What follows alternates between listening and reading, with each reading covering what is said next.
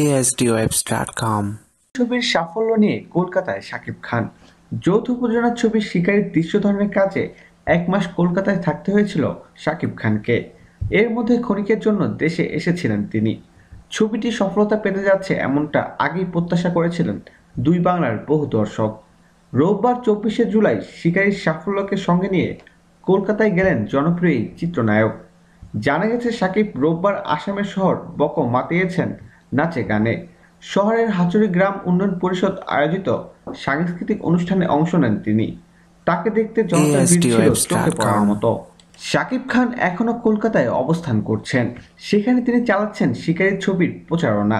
আগামী 12ই আগস্ট পশ্চিমবঙ্গে মুক্তি পাচ্ছে শাকিব খান এবং শ্রাবন্তী অভিনীত প্রথম ছবি শিকারী।